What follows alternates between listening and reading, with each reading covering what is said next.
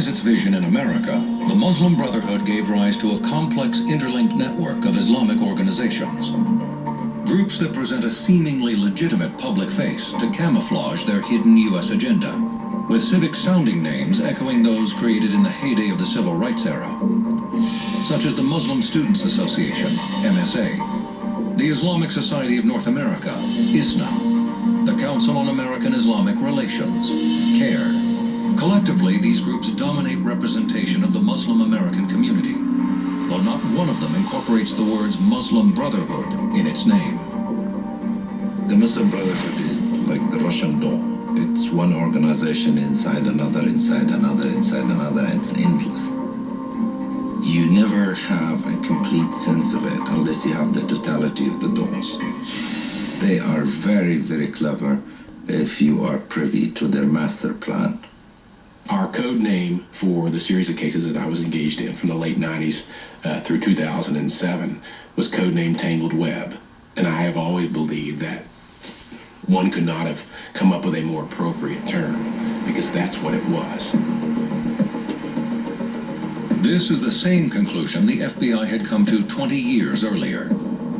This is the headquarters for the Islamic Society of North America, just outside Plainfield, Indiana. Robert Stauffer managed an FBI investigation into Muslim Brotherhood finances in the 1980s. When I started looking at the source of this money and where it came from like Iran, Saudi Arabia, Libya, Afghanistan, Egypt, Kuwait, Malaysia, Pakistan. All these Muslim countries were sending money via wire transfers to the United States, to NATE. NATE, the North American Islamic Trust, served as a financial holding company for Muslim Brotherhood-related groups, including ISNA, the Islamic Society of North America.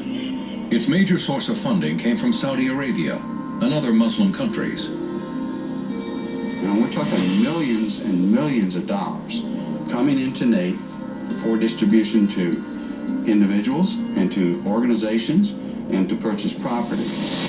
The purpose of all this money was underscored in one of a series of 1980s documents recently declassified by the FBI regarding the Muslim Brotherhood. The Ikhwan in the United States has as its ultimate goal political control of all non-Islamic governments in the world. Stauffer tagged sources of money to people and organizations, then looked for evidence of criminal activity. All these had money going through this currency transaction here. And then where did it go? It went to MSA, NATE, IIIT. When he mapped it all out, he felt he was looking at a Trojan horse, which became the Bureau's codename for the investigation. Stauffer found that the leadership of many of the Muslim American groups was intertwined. After wiping and think, are these really separate groups, or are they all really the same people dividing themselves into different ways for specific political ends? One ISNA leader is quoted in Stauffer's investigation as declaring the leaders and their organizations to be incompatible with society. Ultimately, we could of this country, because there is no way we can be fully committed to the institutions and the ideologies of this country.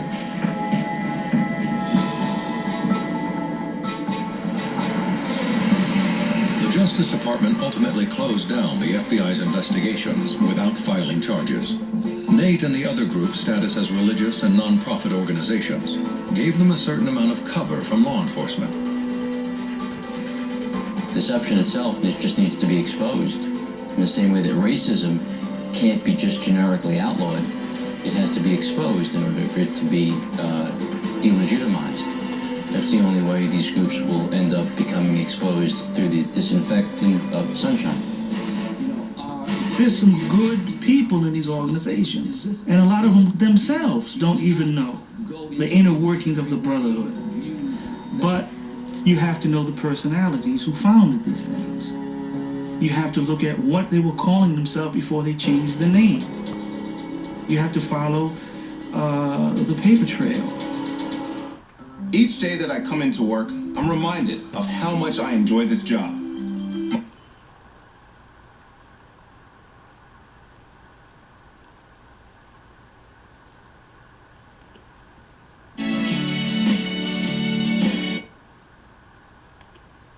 Rhetoric that promises more than it can deliver. Words. From inflated rhetoric that promises more than it can deliver. From angry rhetoric that fans discontents into hatreds. From bombastic rhetoric that postures instead of persuading. We cannot learn from one another until we stop shouting at one another. Until we speak quietly enough so that our words can be heard, as well as our voices. America is no longer an experiment, it is an accomplishment. Freedom works. You inherited it, and you dare not neglect it, but bequeath it. You are the sons and daughters of those Boston tea spillers. What you're feeling is the pure pedigree of freedom, a lineage of liberty, conceived in the Magna Carta, proclaimed in the Declaration of Independence, and guaranteed by the U.S. Constitution.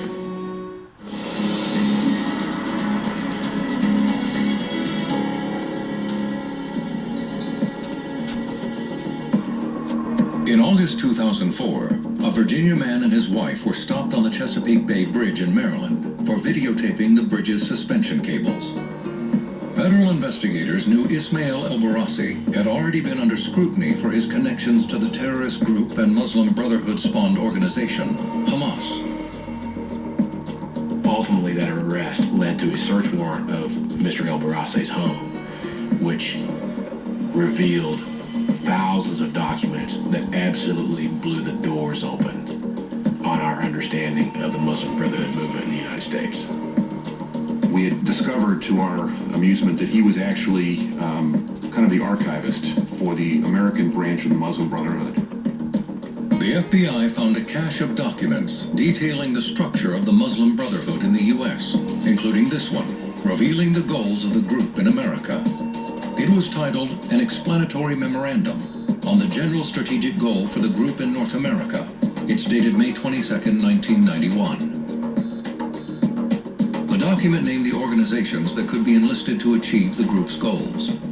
29 American Muslim groups were named either as Brotherhood organizations or Friends of the Brotherhood. The list included such prominent Muslim organizations as the Islamic Society of North America, ISNA, the Muslim Students Association, MSA, the Islamic Circle of North America, ICNA, and the Islamic Association for Palestine, IAP. I thought of them as brotherhood groups, but I think it would have been somewhat difficult to prove. It wasn't until the explanatory memorandum came out that one could say, okay, well, that's so right. Yeah, these groups are clearly enumerated.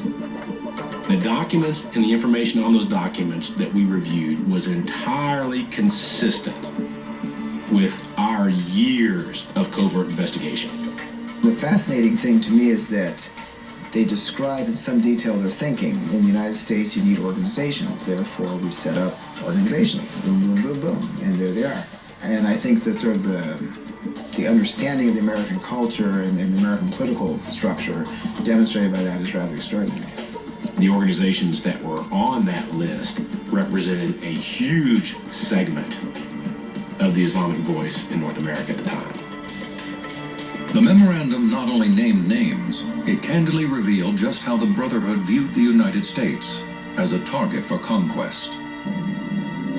The process of settlement is a civilization jihadist process with all the word means.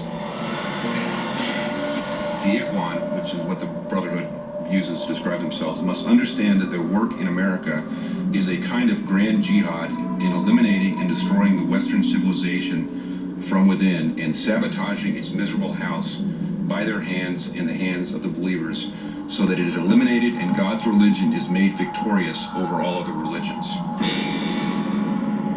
That's pretty clear as to how they viewed their own objective. And they're talking about the United States here. For the first time, that was almost direct proof of what we had long suspected about their true political goals with the United States. There was a systematic plan to establish an Islamist beachhead in the United States with the eventual goal of watching the United States crumble from within and establishing Islamic rule in this country. Something like the explanatory memo is a bonanza for the art of intelligence because it actually is the target or the subject speaking in their own words about what they intend. You don't have to read too much into that. In their own words, these are examples of radical dogma presented to audiences across America. American society is not hardwired. The society doesn't have a rigid code. Alhamdulillah, we do have a code. We have a code. So that gives us an advantage because they are like Jello and we are like a knife. We're like Jello. They're like a knife.